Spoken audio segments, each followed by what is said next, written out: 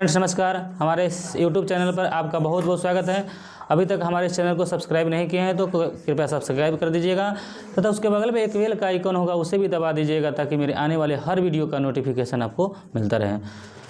तो आज हम लोग पढ़ेंगे इस क्लास में साइंस में हम लोग अभी पढ़ रहे थे, कल पढ़े थे इसके पिछले क्लास में मतलब मत्स्य वर्ग और पक्षी वर्ग और उभयचर प्राणी।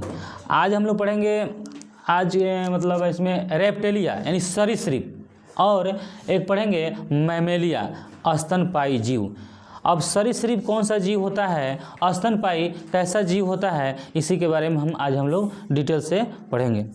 यहाँ पे ध्यान दीजिएगा, रेप्टेलिया का मतलब क्या होता है। रेप्टेलिया का मतलब होता है सरीसृप में वैसे जीव आते हैं, सरीसृप में वैसे जीव आते हैं जो रेंगते हैं, मतलब रेंग के चलते हैं, उसे सरीसृप कहा जाता है। जैसे सांप हुआ तो सांप रेंग के चलता है नहीं, तो उसे सरीसृप के अंतर्गत है। तो सबसे पहले उसको समझना है कि सरीसृप क्या होता है। तो सरीसृप कहते ही आपके माइंड में आ जाना चाहिए कि जो रेंगने वाला जीव होता है वही सरीसृप में आता है। तो रेंगने वाला जीव आपका हो जाएगा, आपका मतलब सांप हो गया, सबसे अच्छा उदाहरण सांप का है। उसके बाद में सांप के बाद में है आपका यहाँ पे मतलब यहाँ पे क्या है, हाँ कछुआ हो गया, छिपकली हो गया, गिरगिट हो गया, घड़ियाल हो गया। यह जितने भी मतलब जीव है यह सब रेंगने वाला होता है, ठीक है। वह रेंग के चलता है,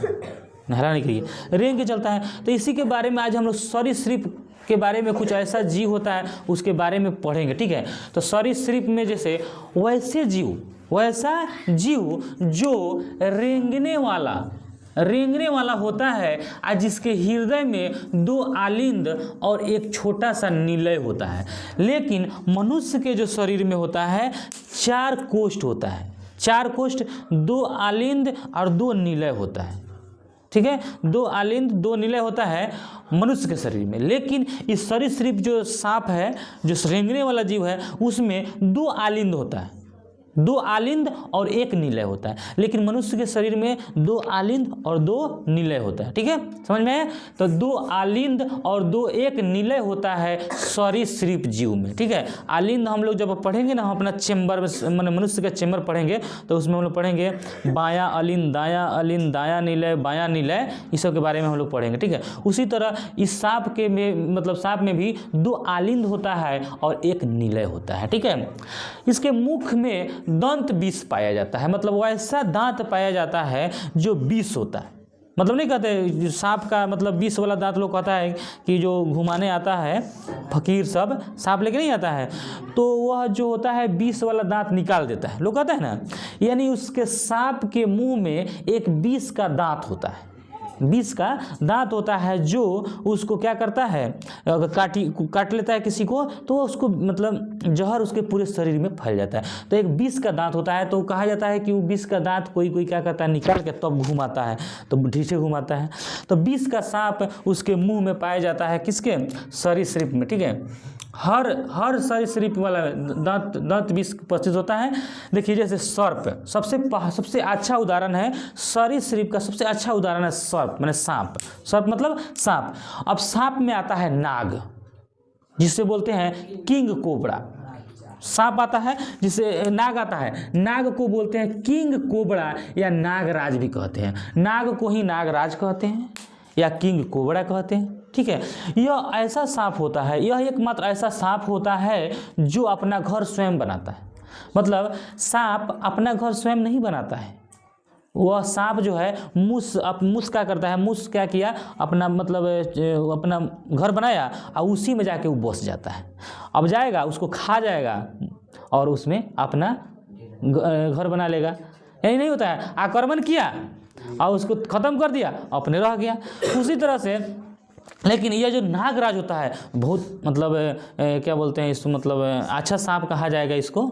सांप तो कोई अच्छा नहीं होता है, लेकिन इसको अच्छा इसलिए कहा जाएगा कि अपने एक रुतबा रखता है कि मैं दूसरे के घर में नहीं रहूँगा, मैं अपना घर स्वयं बनाऊँगा। तो नागराज जो एक ऐसा सांप है जो अपना घर स्वयं बनाता है, नहीं तो और सा सांप मतलब दूसरे के मतलब घर बनाए हुए में जाके बस जाता है। तो यह एक मात्र ऐसा सांप होता है जो अपना घर स्वयं बनाता है। कौन? नागराज।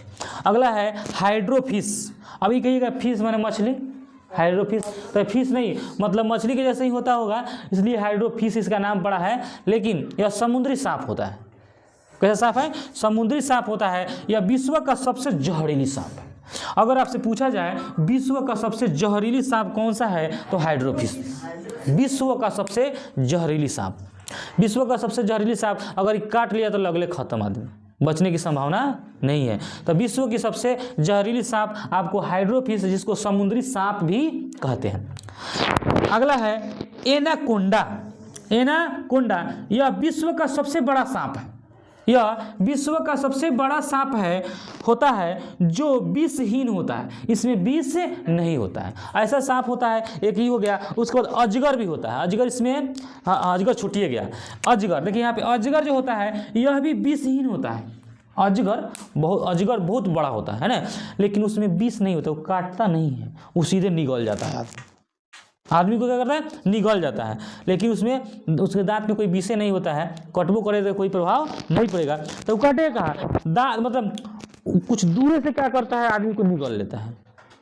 देखिएगा जैसे श्वास के माध्यम से, मतलब अगर जंगल में आप घूम रहे हैं, अगर उसके मतलब आसपास में अगर मनुष्य गया तो मनुष्य क्या करता है, उसके मतलब श्वास से उसको पता चल जाता है कि इसके आसपास है जीव जो हमको खाने वाला है। वो वहीं से मतलब कुछ दूर पर से ही इसको खींच लेता है। सुनने में आता है इस तरह से, लेकिन है कि नहीं उस तरह से, मतलब ऐसे लोग बताता है।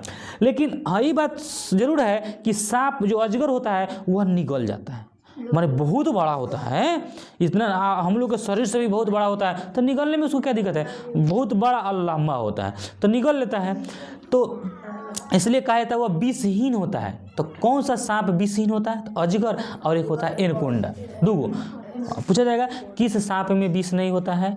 अजगर और एनाकोंडा। अजगर और एनाकोंडा होता है। ठीक है, सुनो, एनाकोंडा यह विश्व का सबसे बड़ा सांप होता है जो विषहीन होता है। ठीक है, जो अमेजन नदी में पाया जाता है। एनाकोंडा जो होता है वो अमेजन नदी में पाया जाता है। दो सांप ऐसा बताएं जो विषहीन होता है, जिसमें विष नहीं पाया जाता है, एक अजगर और एनाकोंडा। दो याद रखिए, जिस ऐसा सांप जिसमें विष नहीं होता है वह सांप है अजगर और एनाकोंडा। ठीक है, और सरीसृप के अंतर्गत हमारा आ जाएगा कछुआ, छिपकली, घड़ियाल, गिरगिट, डायनासोर। डायनासोर कब खत्म हो चुका है? डायनासोर पहले था, डायनासोर अब मतलब पृथ्वी पर से खत्म हो चुका है। ठीक है, और एनाकोंडा जो बता रहा है, एनाकोंडा ये भी विषहीन होता है, इसमें विष नहीं होता है। यह अमेजन नदी में पाया जाता है। अमेजन देखिए, अमेजन नदी है ब्राज़ील में पाया जाता है। अमेजन एक नदी है, वह ब्राज़ील में पाया जाता है। पूछा जाता है कि विश्व का सबसे चौड़ी नदी, विश्व की सबसे चौड़ी नदी अमेजन नदी। आप पूछेगा विश्व की सबसे लंबी नदी नील नदी, जो मिस्र में पाया जाता है। तो ये सब जीके है। ठीक है, तो विश्व की सबसे लंबी नदी नील नदी, वह मिस्र में पाया जाता है। नील नदी कहाँ? मिस्र में। उसी तरह विश्व की सबसे चौड़ी नदी, विश्व की सबसे चौड़ी नदी अमेजन नदी, जो ब्राज़ील में पाया जाता है, जो ब्राज़ील में है। अच्छा, फिर एक और क्वेश्चन है, भारत में आ जाइए। भारत में विश्व माने भारत का सबसे लंबी नदी का नाम बताइए। तो भारत की सबसे लंबी नदी गंगा को कहा जाता है। गंगा, ई गंगा नहीं, गंगा थोड़े है। भारत की सबसे लंबी नदी गंगा, ई जाके नदी गंगा में ही मिलती है। जो इसको बोलते हैं बूढ़ी गंडक, इसको उधर बोलते हैं वो नारायणी, नारायणी है ना, उसको बोलते हैं गंडक। ठीक है, मतलब जो कौन साइड में है, अररिया साइड में जाइएगा उधर तो एगो नदी बहती है, तो उसको बोलते हैं गंडक, इसको बोलते हैं बूढ़ी गंडक। ये सभी नदी जाके कहाँ मिलती है? गंगा में। तो अगर भारत में पूछा जाए कि भारत की सबसे लंबी नदी कौन सी है, तो गंगा। अब भारत की सबसे चौड़ी नदी पूछा जाएगा तो ब्रह्मपुत्र। हाँ ठीक है, तो विश्व का याद हो गया। तो विश्व का सबसे लंबी नदी नील नदी, जो मिस्र में पाया जाता है। अच्छा, विश्व की सबसे चौड़ी नदी अमेजन नदी जो ब्राज़ील में पाया जाता है। अब भारत में पूछा जाएगा भारत की सबसे लंबी नदी गंगा, अब भारत की सबसे चौड़ी नदी ब्रह्मपुत्र नदी। ये 4 गो जी के आपको याद हो गया, ठीक है। उसी तरह जो यह एनाकोंडा जो है वो अमेजन नदी में पाया जाता है, कहाँ पे, ब्राज़ील में। इस तरह सरीसृप में हम लोग पढ़े नागराज जो अपना घर स्वयं बनाता है, नागराज जो अपना घर स्वयं बनाता है, अजगर जिसमें विष नहीं होता है, एनाकोंडा जिसमें भी विष नहीं होता है। एनाकोंडा अमेजन नदी में पाया जाता है जो ब्राज़ील में है, ठीक है। सरीसृप के अंतर्गत आएगा कछुआ, घड़ियाल, गिरगिट, डायनासोर, ठीक है। इस तरह से हम लोग सरीसृप के बारे में पढ़े। एक हाइड्रोफिश जो है वह सबसे जहरीली सांप है। अगर सबसे जहरीली सांप पूछा जाएगा तो हाइड्रोफिश, एक बार काटा हुआ आदमी साफ, रुकेगा नहीं, सीधे ऊपर जाएगा। अब आइए अगला है मैमेलिया। मैमेलिया मतलब होता है स्तनपायी जीव, माने स्तनपायी मतलब स्तनपायी जीव। इसमें समझिएगा वैसे जीवों का समूह जो बच्चों को दूध पिलाने का गुण होता है, माने वैसा जीव जो बच्चों को दूध पिलाने का गुण होता है, यानी उसी को स्तनपायी जीव कहा जाता है। इसके अंतर्गत मनुष्य भी आता है, मनुष्य भी बच्चा को दूध पिलाता है। और जैसे बकरी हो गया है ना, गाय हो गया, भैंस हो गया, ये सब क्या है, स्तनपायी जीव है। तो उदाहरण में हई गाय, भैंसी, बकरी ये सब नहीं देगा, ठीक है, हार्ड देगा। जैसे कंगारू दे देगा, कंगारू स्तनपायी जीव है नहीं। उसके बाद में हवेल मछली दे देगा, हवेल भी अपने बच्चा को दूध पिलाता है, ठीक है। उसके बाद में कंगारू हो गया। मतलब इस तरह से आपको परीक्षा में भैंसी, गाय ये सब नहीं देगा, कंगारू दे देगा, हवेल दे देगा नहीं। चाहे पूछेगा मैमेलिया के अंतर्गत कौन सा जीव आता है तो उसमें कुछ दे देगा, कुछ नहीं देगा। जैसे मान लेते हैं कंगारू दे देगा और दूसरा जीव दे देगा, तो क्या मारिएगा, कंगारू मारिएगा। तो स्तनपायी जीव का मतलब होता है वैसा जीव जो अपने बच्चों को दूध पिलाता है, उसे स्तनपायी जीव कहा जाता है। समझ गए, स्तनपायी किसे कहते हैं, वैसे जीवों का समूह जो बच्चों को दूध पिलाने का गुण रखते हैं, उसे हम स्तनपायी जीव कहते हैं, ठीक है। और इनका जो शरीर होता है त्वचा बाल और रोम से ढका होता है, ठीक है। और जैसे मनुष्य का शरीर त्वचा से ढका है, तो किसी किसी का शरीर बाल से ढका रहता है, किसी किसी का शरीर रोम से ढका रहता है, ठीक है। तो इसका शरीर त्वचा बाल और रोम से ढका रहता है, ठीक है। जैसे इसमें मनुष्य आ जाएगा, रोम मतलब रुआ। अब मनुष्य, जैसे इसके अंतर्गत मनुष्य आ जाएगा नहीं। मनुष्य के शरीर में भी बहुत सारा रोआ होता था, पर नहीं, मनुष्य किसका पूर्वज है, बंदर का, चैंपियंजी का, चैंपियंजी बंदर का ही पहले भाव बन के चलता था। अब धीरे धीरे उसका विकास होना, अब धीरे धीरे विकास हो रहा है, ठीक है। तो मनुष्य जो होता है, मनुष्य और पशु जो होता है स्तनपायी जीव के अंतर्गत आता है। अब इसमें कौन कौन स्तनपायी होता है उसको पढ़ते हैं। व्हेल मछली, व्हेल मछली में मत्स्य वर्ग में आता है। इसके पहले तो हम पढ़े थे व्हेल मछली मत्स्य वर्ग में आता है। यह विश्व का सबसे बड़ा स्तनपायी जीव है। अगर आपसे पूछा जाएगा सबसे बड़ा स्तनपायी जीव कौन सा है, तो व्हेल मछली है। व्हेल मछली जो है विश्व का सबसे बड़ा स्तनपायी जीव है। इसके हृदय में 4 कक्ष पाए जाते हैं। जैसे हम लोग के हृदय में 4 है ना, हम लोग में 4, दायां अलिंद दायां निलय, बायां अलिंद बायां निलय, बार बार कहते हैं। हमारे शरीर में 4 गो कक्ष, 4 गो कक्ष, इसी को बोलते हैं 4 कोष्ठक। 4 कोष्ठक, बायां अलिंद बायां निलय, दायां अलिंद दायां निलय। इसी मतलब इसी तरह मछली में होता है। मछली जो, यह व्हेल मछली जो है यह विश्व की सबसे बड़ी स्तनपायी जीव है। मतलब दूध पिलाने वाले, बच्चों को दूध पिलाने वाला यह जीव जो है बहुत बड़ा जीव मछली, ठीक है। मनुष्य भी बहुत बड़ा है यह, क्योंकि व्हेल बहुत बड़ा होता है। व्हेल के बताए थे कितना टन, कितने बताए थे, 43 टन उसका वजन बताए थे। तो व्हेल मछली विश्व का सबसे बड़ा स्तनपायी जीव है। इसके शरीर में 4 कक्ष पाए जाते हैं, ठीक है। अगला है चमगादड़। चमगादड़ देखे हैं, मतलब चमगादड़ जो होता है वह उसको रात में दिखाई देता है, दिन में दिखाई नहीं देता, इसलिए रात में सब होता है चमगादड़। बकरी, हाँ ये बकरी के बारे में सुनिए। बकरी जो होता है ये भी स्तनपायी है। बकरी बच्चा को दूध पिलाता है नहीं।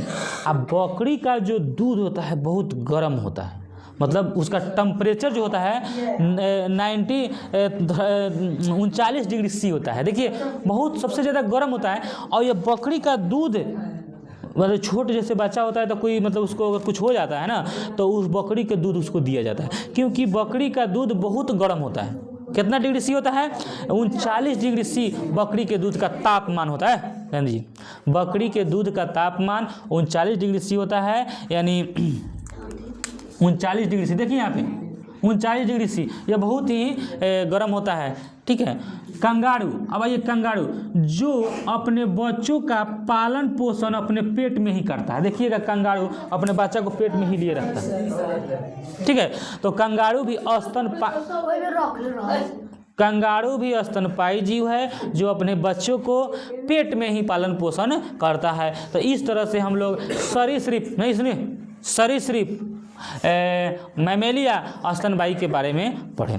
एक बार रिवीजन करते हैं। सरीसृप में अंतर्गत आ जाएगा सांप, नागराज। नागराज जो अपना घर स्वयं बनाता है उसी को किंग कोबरा कहा जाता है। नागराज को ही किंग कोबरा कहा जाता है। उसके बाद मेरा अजगर। अजगर वैसा सांप होता है जिसमें विष नहीं होता है। उसके बाद में आ जाएगा मेरा हाइड्रोफिश। हाइड्रोफिश यह विश्व की सबसे जहरीली सांप होता है। एनाकोंडा। एनाकोंडा ये भी विषहीन होता है, इसमें भी विष नहीं होता है, और यह जो होता है अमेजन नदी में पाया जाता है जो ब्राज़ील में है, ठीक है। मच्छी, छिपकली, गिरगिट, उसके बाद में घड़ियाल, डायनासोर, यह सब सरीसृप के अंतर्गत आता है। तो परीक्षा में इसी तरह से पूछेगा सरीसृप जीव का उदाहरण 2-3 को दे दीजिए, तो फटाफट इसको दे दीजिएगा नहीं। फिर पूछ देगा मैमेलिया के अंतर्गत कौन कौन से जीव आते हैं, उसको नाम लिख दीजिए। तो मैमेलिया के अंतर्गत आएगा व्हेल मछली, बकरी नहीं, कंगारू, मनुष्य, ये सब किस मैमेलिया के अंतर्गत आ जाए। तो इस तरह से आपको उदाहरण सिर्फ पूछेगा, ठीक है, इसलिए याद रखिएगा। एक बार हम पीछे थोड़ा चलते हैं मत्स्य वर्ग में, नहीं मत्स्य वर्ग में मछली नहीं, मत्स्य वर्ग में मछली कौन कौन आ जाता है, जैसे अब व्हेल मछली भी मत्स्य वर्ग में आ जाए, और स्तनपायी में भी आ जाएगा, ठीक है। इस तरह से मतलब हम लोग इसको समझने का प्रयास किए, ठीक है। अगर यह क्लास आपको समझ में आया होगा तो इसे लाइक करिएगा, सब्सक्राइब करिएगा तथा दोस्तों के साथ शेयर करिएगा। जय हिंद, जय भारत।